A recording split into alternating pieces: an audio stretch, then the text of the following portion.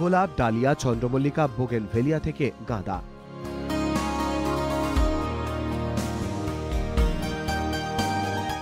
অসংখ্য মৌসুমী ফুলের রঙিন দত্তপুকুর,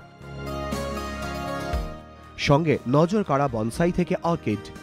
স্থানীয় একটি সংগঠনের উদ্যোগে প্রতিবারের মতো এবারেও দত্তপুকুর রেল ময়দানে শুরু হয়েছে বার্ষিক পুষ্প প্রদর্শনী।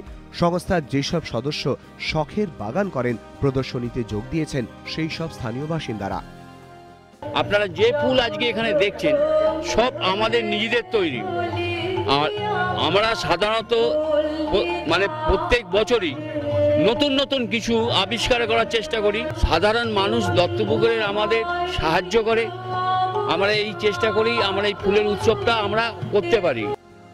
এবার 30তম বছর। বৃহস্পতিবার থেকে প্রদর্শনী চলবে সোমবার পর্যন্ত।